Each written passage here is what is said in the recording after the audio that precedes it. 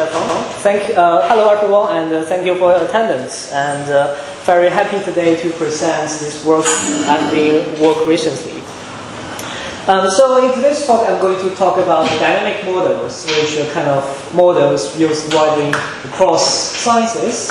And however, these kind of models faces a critical challenge from the so-called mechanistic philosophers who argue that these kind of models are not explanatory.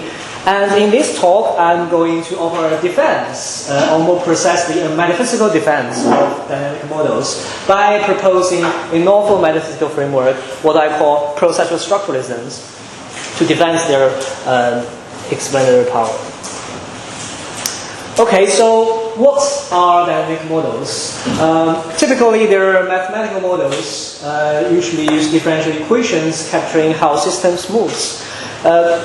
A features of such kind of models is that it focuses on systematic global behaviors rather than local components. So such kind of model is widely used in across scientific disciplines, such as modeling cell signaling, cognitive coordination, and so on and so forth.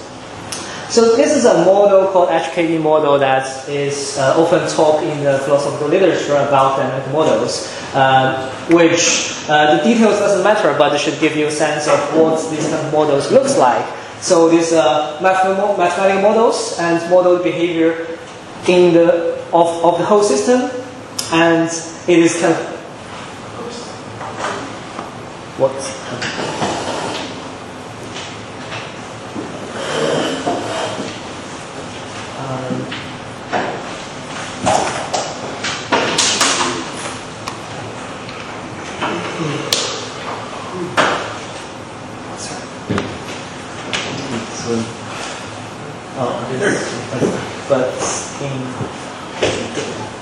We now return you to our regularly scheduled program.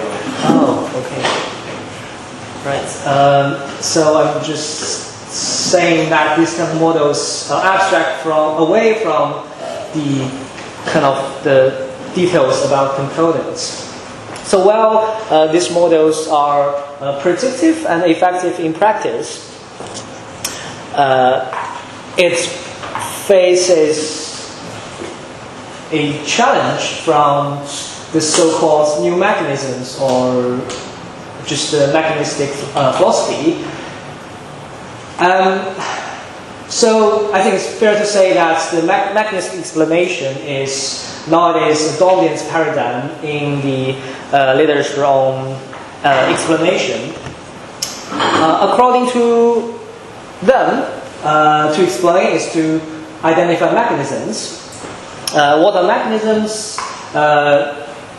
They're defined as composed of entities such as cells, genes, organisms, and their activities. In addition, these entities need to be organized in certain ways to be responsible for the phenomenon. So according to the new mechanism, to provide explanation, or for a model to be explanatory, the model must mapping its elements to mechanism components. That is, it needs to identify or describe entities or objects and their behaviors. Therefore, mechanism people thinks that dynamic models are incomplete and they are inexplanatory because they do not describe entities explicitly. So this is just to put their arguments in a formalized way. So it contains three premises. Right? The first one says explanation requires accurate disposition of causal structure. And secondly, they think causal structure must be described in terms of the mechanisms. And thirdly, dynamic models do not describe mechanisms, and therefore they argue dynamic models do not genuinely explain. So this is a valid argument. If the premise is right, then the conclusion should be right. However, in this talk, I'm going to argue at least one of these premises mistaken. It's important to mention that there are some works already being done by defenders of dynamic models, but all those kind of works come from a in my view, a epistemological perspective. So, for example, Meyer has addressed this issue by saying that dynamic models can describe causal relations if we adopt a interventionist perspective. Despite that, I think more can be said, especially given the original, the mechanism challenge or argument is an ontic or metaphysical one. And in my view, their argument is based on a problematic metaphysical assumption, and I'm going to reject that in this paper. So, specifically, I'm going to accept premise 1, that explanation requires this position of causal structure, which is a kind of definition of ontic explanation. So, I'm going to engage with kind of in-house debates within the kind of ontic explanation. The premise I'm going to deny is the second one, which is to say causal structure must be described in terms of mechanisms. And I'm going to argue that this premise is based on a problematic metaphysical assumption, which is kind of an object-based and mechanistic metaphysical picture. And I'm going to reject that and propose a new metaphysical framework called processual structuralism, and in which I argue is the better ontological frame for dynamic systems, and within this framework, dynamic models can be proven to be describe causal structure and therefore explanatory.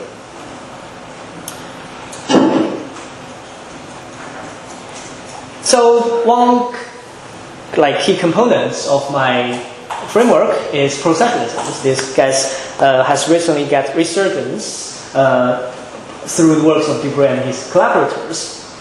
So they argue that biological systems are not made of isolated stable objects, but of dynamic interdependent processes.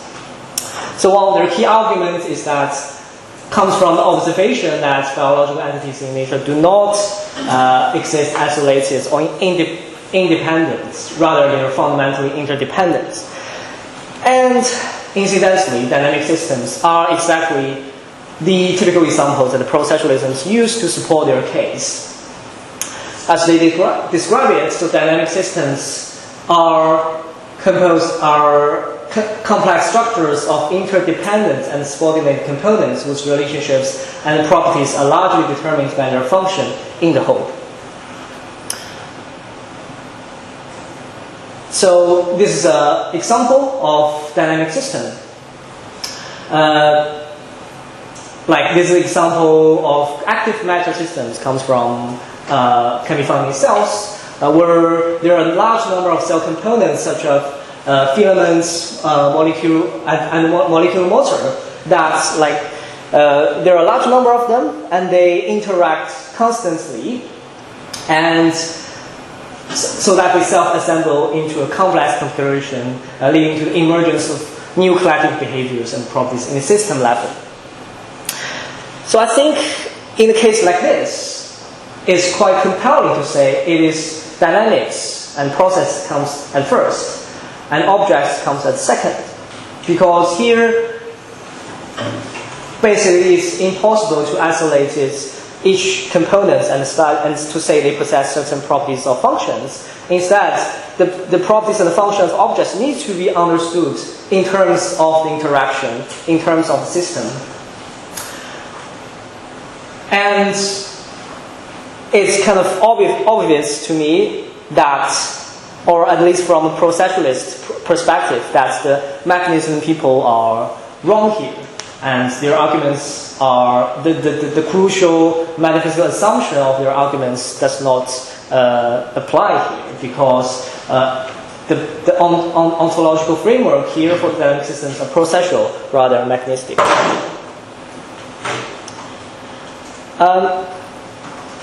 However, compelling, but I think processualism alone here does not address the problem completely. Return to their arguments, right? The premise 1, they define ontic sublimation needs to have an accurate description of causal structure. But the current development of processualism does not give an answer to that. So to put it in another way, so explanation does not only require to say what exists, and it also needs to account for to describe how it behaves. And dynamic systems exhibit a kind of model robustness or regularity in stable patterns. So I take the kind of the key question that mechanists are asking or demanding is that so what metaphysically grounds the stability or modality of this dynamic system's behavior? And the answer to these questions, they think, must invoke objects and their causal power. So here it seems that we need more than a processual ontology, and what we are missing here is a metaphysical account for causality or modality. And my proposal here is to say that we can leverage insights from ontic structuralism or structuralism from metaphysical physics. And I think by combining structuralisms, I can show dynamic models actually capture causal structure and therefore are explanatory. Okay, so what is structuralism? So structuralism or ontic structuralism is a popular view in metaphysical physics. It argues that fundamental reality is composed of structures which can be broadly understood as modal relations instead of individual objects. So structuralism argues that mathematical equations in scientific theories directly describes model structures that are out there in the world. In addition, such structures are inherently causal or modal and is the source of causal power. Also, they think objects should be understood as derivative of underlying structures. So they think it's a structure which constrains the model possibilities. And to just give an example, in electromagnetism, instead of saying that the behavior of the electron is determined by the electron's internal properties or dispositions, structuralism would say is the model structures captured by Maxwell's equations that constrains the behaviors of the electron. So the move I'm going to make here is that I'm going to say these ideas can be adapted to biological context and help us to address the problem we face. So I propose a combination of process and structures. This combination could be quite natural in my view, as both structures and processes in their original theories share several key features. First, they both against object-based metaphysics. Secondly, they are active, dynamic, and extend spatio-temporally. Therefore, I propose we can combine them together and result in a new position, what I call processual structuralism, in which ontology is going to be composed of dynamic, causally constrained processes. So one way to understand it is to say that structures, as understood by structuralism, are kind of realized materially as processes. In other words, structures are now understood as processes. Alternatively, one can start from a processualism and add that processes should now be understood as structured or modally constrained or modally structured. And I think the combination could provide us with a metaphysical account of causality or modality that processualism itself lacks, and therefore we have richer metaphysics to show why like dynamic models are actually explained, and it's captured how systems evolve.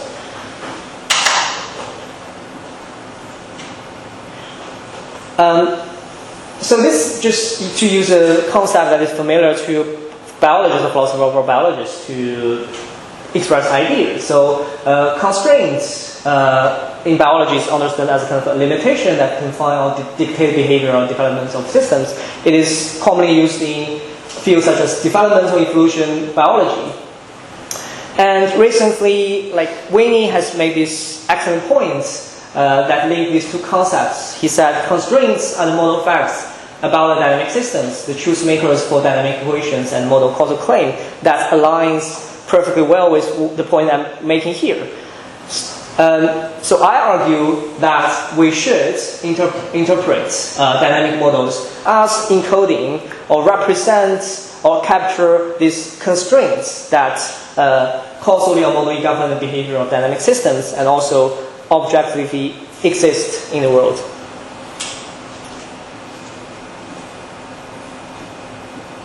So how does that help us to solve the problem? So in my newly proposed framework, a dynamic systems are understood as a bundle of interacting processes which are modally constrained. So mechanism critique simply fails here because there's no objects or mechanism to begin with in this metaphysical picture. And dynamic models directly represent the model or structural model or causal structure or constraints that are out there in the world, and therefore they offer onto explanation for the system's modality. So far that's all kind of abstracts, and now I'm going to illustrate this idea in a specific example, case study. So this example from the evolutionary development biology, the idea is contrast with a more classical idea which can be like often called gene traits atomisms, which thinks that gene causing a certain trait through a linear deterministic way. And now such a kind of view is thought as a kind of oversimplification. And now scientists understood this whole development process as a self-organized phenomenon driven by intricate networks of thousands of genes that interact in highly interdependent and nonlinear ways, such that the behavior of individual genes would depend on interaction with other components in that network, but not their intrinsic properties. And very naturally, dynamic models are proposed by scientists to describe how gene expression level changes over time. And that such dynamic models typically use differential equations.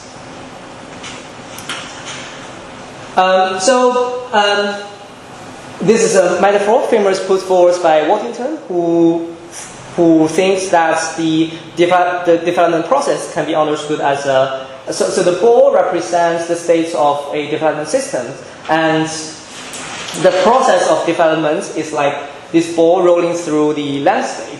And the shape of the landscape is going to be determined by genes and their interactions and also environment factors. So I think the important point here is that so the landscape, the shape of the landscape would determine or dictate how the ball moves, and the ball would only, because of constraints of landscape, it can only move through certain trajectories. And the picture at the bottom is just a more modern form of this metaphor, and now scientists can put these ideas in a mathematically rigorous way, and they now use dynamic equations to track how the ball moves. So here the xy axis is a compression of high-dimensional phase space of the gene expression state, and the trajectory now can be simulated by the dynamic models, and it is found that the ball will eventually end up in basins, which are called attractors, which represents a stable phenotype. So this is just specific examples of dynamic models that study a certain kind of cells differentiation that would differentiate two types of cell. And so the equations describes the mutual inhibition and feedback between transcription factors. If we get certain initial states, then using these dynamical models, we can predict how this cell would move and which type of cells that the system would eventually become. Okay, so the question is, right now, whether such dynamic models are explanatory or not. So according to mechanists, they would say these models are not explanatory because they do not, right? These mathematical equations do not tell us the components of the systems and nor their behaviors. So however, as I've argued throughout this paper, the mechanistic metaphysics simply applicable in this context, which means the very premise their argument based on is false. So instead, right, the nonlinear and the interdependent nature of this genetic interaction means the systems cannot be decomposed into isolated parts and then addictively add them together to kind of accurately represent the system's behavior. Rather, the best or maybe the only possible way to study the behavior of a system is through dynamic modeling that model the systems like kind of over a holistic perspective that track the system's behaviors as a whole, and rather than behavior of the individual components. Okay, so what this dynamic models actually explains, or what the equation represents. So I would say that the equations here represents the causal model structures that constrains the system's behaviors or dynamics. So I think to put it, if we can go back to this metaphor, right, we can think of these structures as this shape of landscape that not only objectively exists and also constrains modally the possibility of how this ball would move. So it would dictate which trajectory that the rolling balls would move. So they define what is possible for the system, what is stable, and what development trajectory are permitted or forbidden. So the point is that such kind of topology here, the landscape here, are not merely epistemic construct, but symbolize or represent something real in the world. That they represent model constraints or model facts that objectively exist. So what dynamic models represent? So they represent, again, the most model constraints that governs the system's behavior.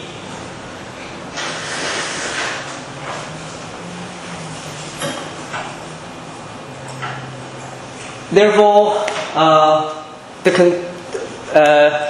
the conclusion is that dynamic model is therefore explanatory because they encode directly the causal informations in the equations. And here there's no need to reference to objects or their causal powers for us to account for the causality. Therefore, they are not merely mathematical abstractions, but provide genuine ontic explanation by representing the inherent model structures or constraints that determine systems' behavior. So this is just the conclusion. So in this talk, I've reviewed the mechanistic critique of dynamic explanation, and I offer a metaphysical defense of dynamic explanation by rejecting mechanistic metaphysics and advancing an alternative processual structuralism. And for understanding these systems. And I have also shown dynamic models explained by representing the model structures and the constraints that govern systems behavior. And thank you for your attention, and best references.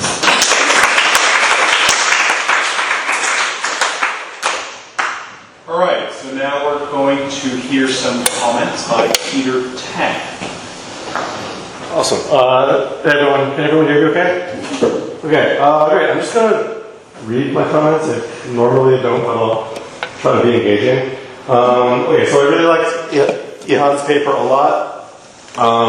Just to summarize, some philosophers are skeptical of whether abstract systems level dynamical systems modeling, whether these kinds of techniques can be explanatory. In particular, as Yihan points out, the new mechanists have often argued that because dynamical systems theory fundamentally abstracts away from physical details, and hence abstracts away from causal detail, that they can't be explanatory. Yihan develops an interesting reply to this problem that, as you saw, sort of commits hard on the onset conception of explanation, which I think is correct, but denies the sort of mechanistic component that the mechanists want to add. And he says there's a solution that we can endorse. There's a process-based ontology if we sort of take a face-level reading of these dynamical systems models. That allows these models to have an explanatory interpretation of these models, and he combines this processualist reading with ontic structural realism. Boo, boo, to avoid the worry that these models can't be explanatory. Okay, so I found the paper really compelling, and I'm generally actually quite convinced by the strategy. In fact, shameless self-plug, I've argued for a similar position about how we should characterize scientific explanation in cases of interdisciplinary model transfer. So I'm in general pretty friendly to the idea that we need something like processes in our ontology. Still, I'll raise a few discussion points that I think would be interesting to hear more from Jiang about. Okay, so the first discussion point is basically this: why do we need to combine processualism, or an ontology of processes, with ontic-structural realism at all, especially in eliminative forms of ontic-structural realism where there's no individual objects? Here's why. You might think that what the real demand of the ontic conception of explanation is that explanations can't be destroyed what isn't there. As Jiang argues, we should think that dynamical systems modeling really can achieve explanation. And so if that's right, then we should think that the kind of systems they target, their target systems contain processes in addition to individual objects, or at least what the explanatoriness of the model describes from, or derives from, is the fact that they describe processes. Okay. But then if we, so suppose that we agree that systems contain processes. Isn't the problem solved then? Sure, without something like ontic-structural realism, maybe those processes can, metaphysically speaking, still be further decomposed into individual objects and events. But that doesn't mean that within scientific modeling and representation that they would or should be further decomposed, as John points out. In other words, here's a possible proposal. We can take the observations that, first of all, dynamical models are explanatory, and hence by the ontic conception correct, and dynamical models can't further be decomposed qua models and representations, to jointly indicate that there are such things that they describe as processes, and that those processes have real and irreducible explanatory power. But doesn't the problem just go away then?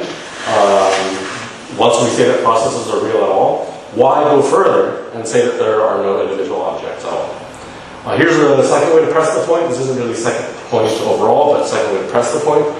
Eliminative ontic-structural realism is really unattractive, right?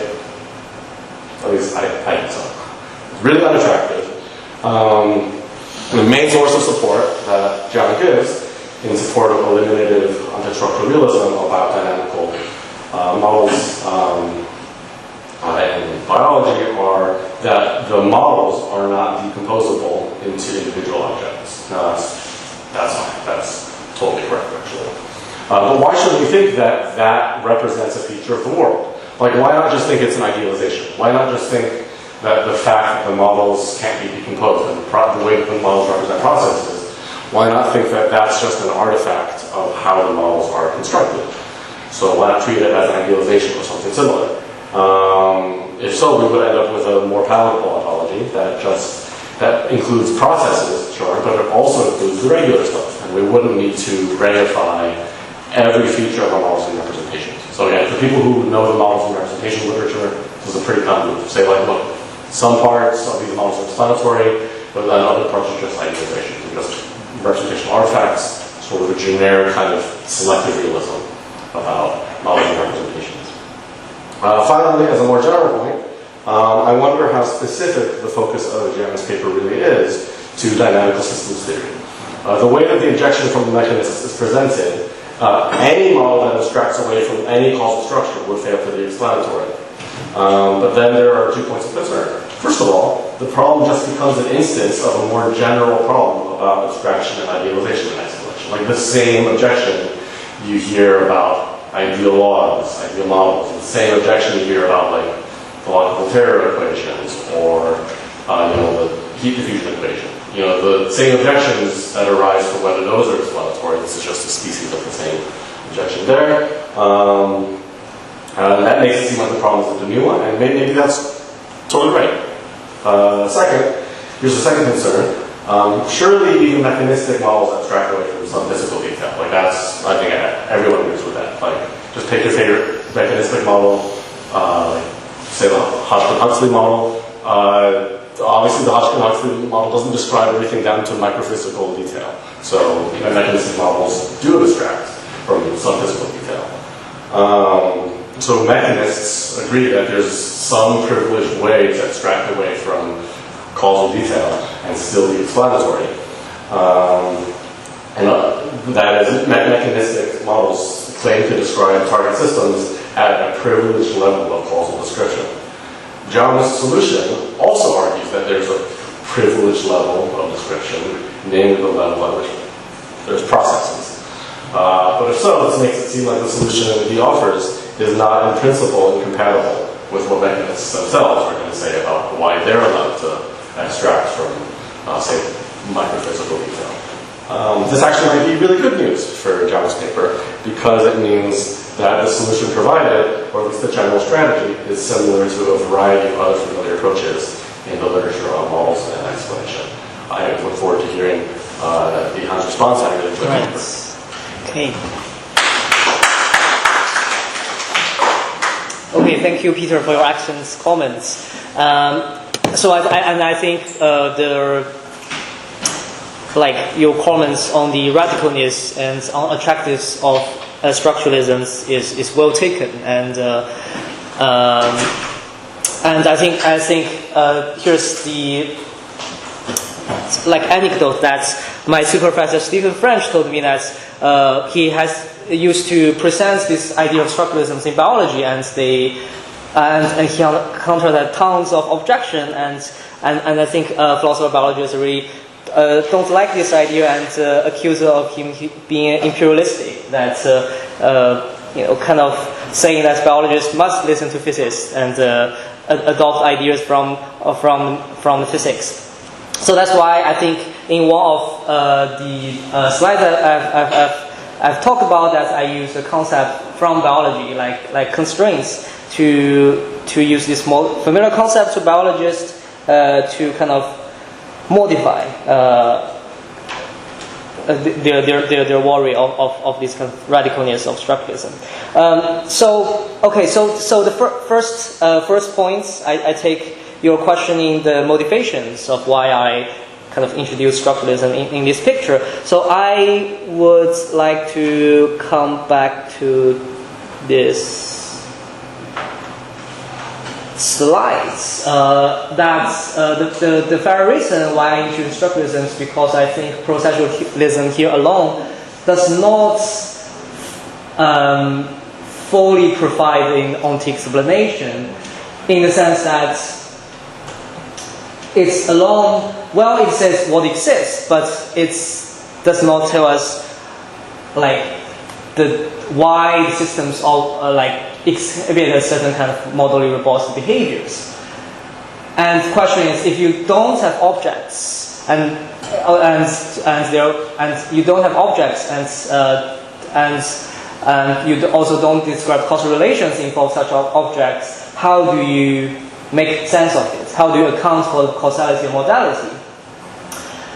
So, and that's the place where I think structuralists can help, because according to them, causality or modality can be accounted for without objects.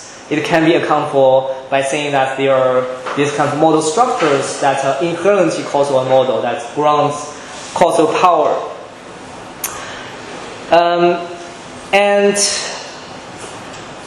And also the second reason or a related point is that I take structuralism to be kind of particularly powerful in this context, because in this context we're talking about dynamic models, which uses these kinds of mathematical equations to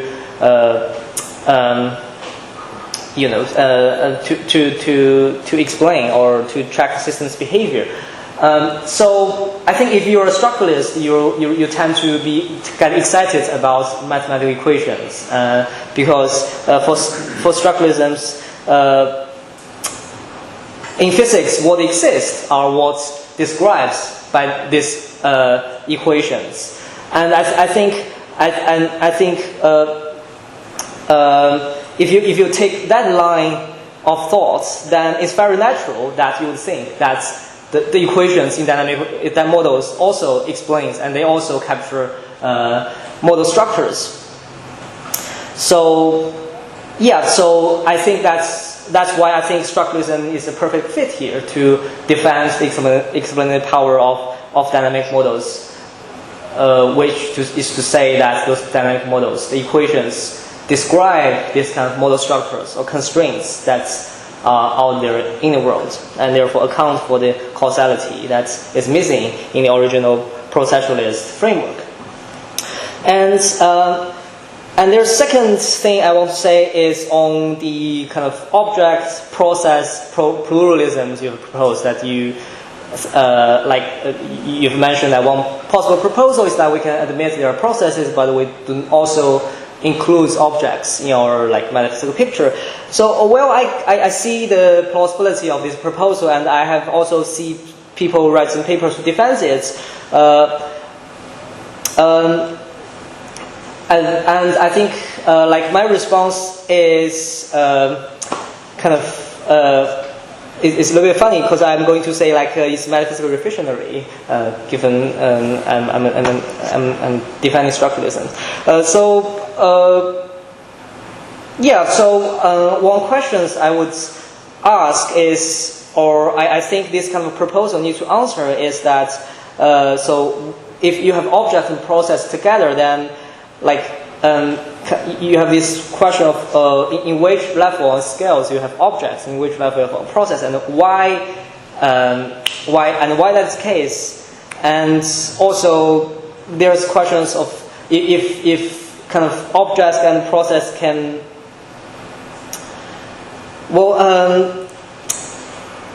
maybe it's maybe this does not apply here, but I think the general point is that this is a plausible proposal, but I think more needs to be said of how that could work out, and this is also not the approach I favor, and the attitude or approach I would take is generally I would take a monist perspective, and saying there are only one kind of things exist, and to make sense of the another ontological category within this framework. In this case, I would say there are only these kind of processes exist, and objects need to be understood as metaphysically secondary to processes. So that's my response to the second point. So on your final points about the difference between my view and the more general discussion on the idealization and problems like that. So I just want to be careful here, and because I I'm not very familiar with that kind of literature, and I need to look into more on that. But I think it seems to be there's something different here, because I think the debates or the problem or the kind of the question I'm solving is like I think the mathematical equations plays a crucial roles in debates here. So I'm here specifically targeting on how these mathematical equations can be said to be explanatory. So this may be different from the case you've mentioned on, you idealize from macroscopic details, but maybe that's relevant. In general, I'm happy to accept that the mechanistic explanation may work in certain levels. But what I'm going to deny is the metaphysical assumption it holds that is a kind of object-based metaphysics. But I think I can also accept that mechanistic explanation as a kind of epistemological perspective can work in certain contexts. And that's all of my response. Yes. Questions? Yeah. Okay. Thank you for your talk. I consider myself a structuralist as well, so I'm very sympathetic. But what can I say? So we are bound to follow our supervisors, right? So you're a student of Stephen French, I am of James Ladyman. So let me give some insight from that perspective. And I have two suggestions based on the criticisms that were addressed, and a question/worry. So the one suggestion about this eliminativist OSR is that you can just retain objects by saying that they are weakly emergent, so they are derivative from the structures, and they come out, or they correspond, to a collection of structures, and that's it. So you take the Ladyman, basically. So you say the objects, but they don't really play any important role in your framework, so you're still okay. Then regarding the idealizations point, I think a way to escape this is to reframe it in terms of Dennett's patterns in the original version, and think of idealizations and models as just different bitmaps, and the idealizations as the different types of how you identify differently the noise when you describe through different models a system. And if we do it that way, it kind of relieves you of having to deal with the literature on models and idealizations. But on the other hand, it doesn't really save you from having to address the problem, because now you're bound to having to address, which kind of noise is acceptable or which not. But there are available solutions for this that you could kind of take up. Yes, thank you very much for your clarification, and I think we are very much on the same page. And incidentally, I'm actually writing a paper on real patterns and combine it with processualism that is under review. So I completely agree with what you said. Yeah. Excellent. So I have just one question then, and that's my main worry. Why do you need processes? Doesn't structure suffice to do open work in your account? Okay, that's also a very excellent question, and I have got it before. So I think maybe a kind of short version is that I found philosophy biologists don't like structuralisms, and if I want to defend it, if I just use structuralisms, then I can anticipate I found many objections. So that's why I find there is a theory internally comes from biologists who also denies the existence of objects. So this makes a natural alignment between structuralism and processualism. So I think the function of so I can see the plausibility of kind of defending structuralism alone, just say it's structure all the way down. But I guess maybe the version I propose is more maybe more easily accepted by who's a philosopher biologist. Yes. It's because the term is more familiar, processes. Yes. But does that refer to the same thing then, no? More or less they correspond to the same thing. So it's in my view, this is a kind of a combination that I would say structures are kind of like my view is that I think like in my combination this view that I would say the processualism and the structuralism actually emphasize different perspectives of what exists. So while processualism emphasize that what exists are dynamic, is processual, is process come first, whereas structuralism tells us about the modality that these systems behave. So yeah, so that's the way I see how they can be combined. Yeah, thanks. Thanks for the wonderful talk. Yeah. Okay, so I'm a bit conflicted here. I want to make a very positive suggestion at the end of the day. So in a sense, I see the point that if you can use an ontology of processes that are also structures in order to do the philosophical work that you need them to do, then that should be reason enough in order to accept this type of like structure-like processes. But on the other hand, I want to hear more about why you think that it's so easy to think of a process as if it was a structure.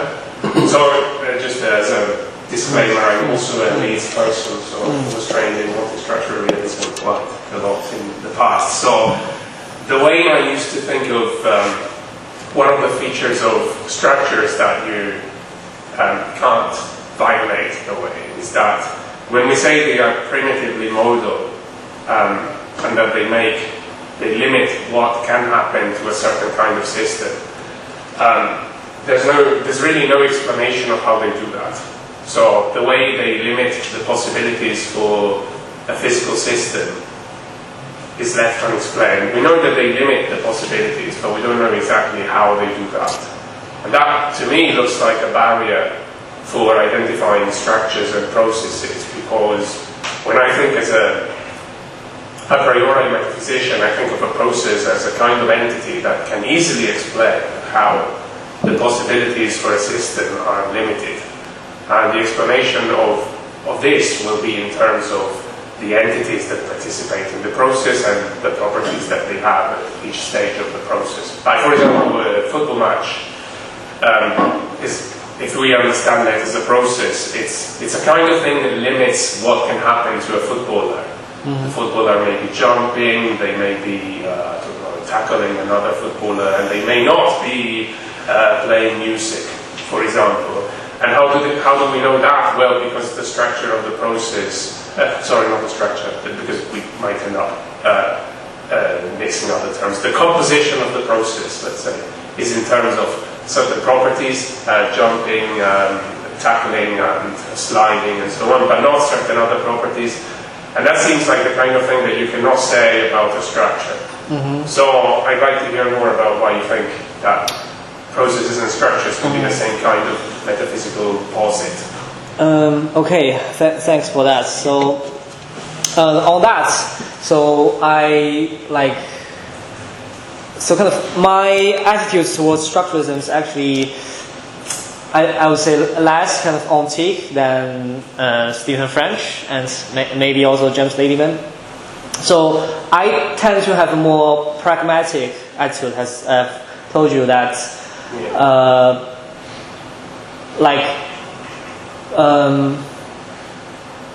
so like for me, I would just say that what structures describes are the kind of the modal facts or constraints, right? That's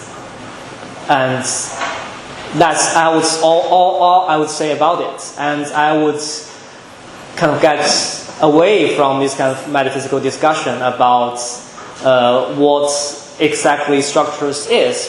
And also for processualism, I also have very pragmatic attitudes. I would not kind of saying this like entities and have like properties and to study their to specify what properties they possess and how to individual process. And what I understand processualism is also from a very pragmatic approach.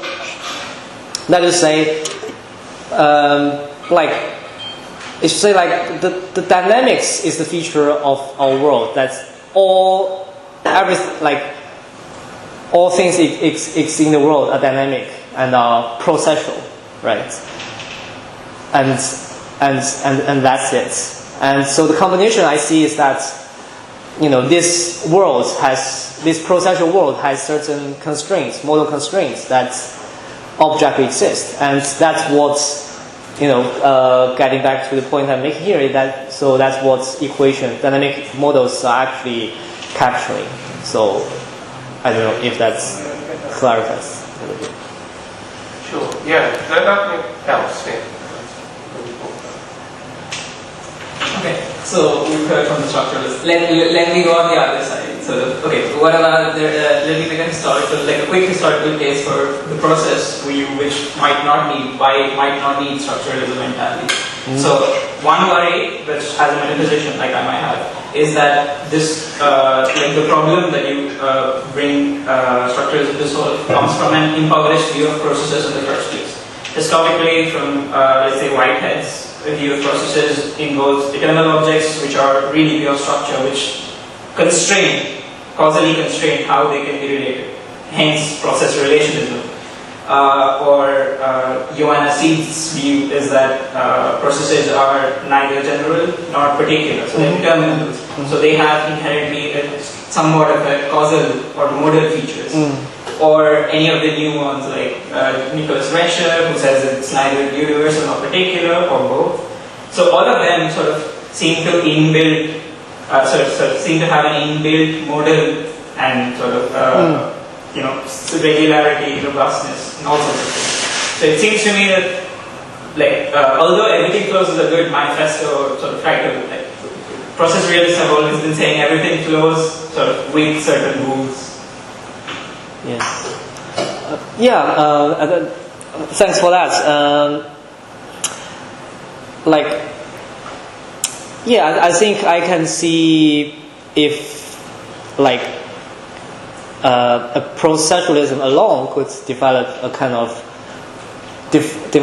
processualism that is fill in those metaphysical details of saying how those processes also have this model properties and solving this kind of problem. So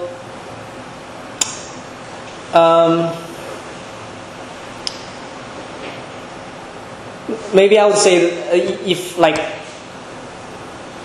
maybe something I would say is maybe in this particular case of dynamic models, because they involve mathematical equations.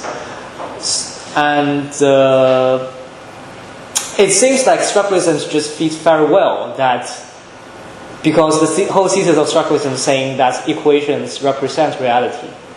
So that's why I found here structuralism is very powerful, and I think processualism could use that insights from structuralism to have a very straightforward solution to this particular problem. But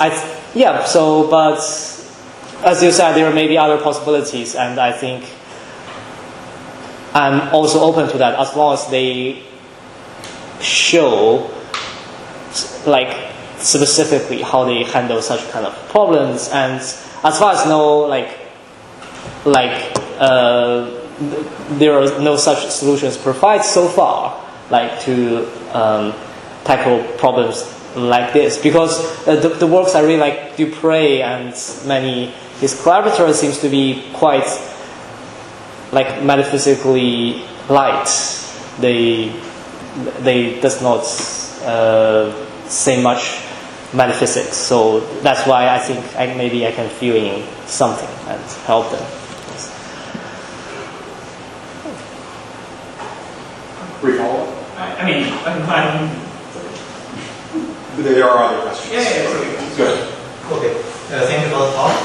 I'm an outsider of the debate, so I'm not familiar with the literature, but my impression is that where the debate goes is very sensitive to the case you choose.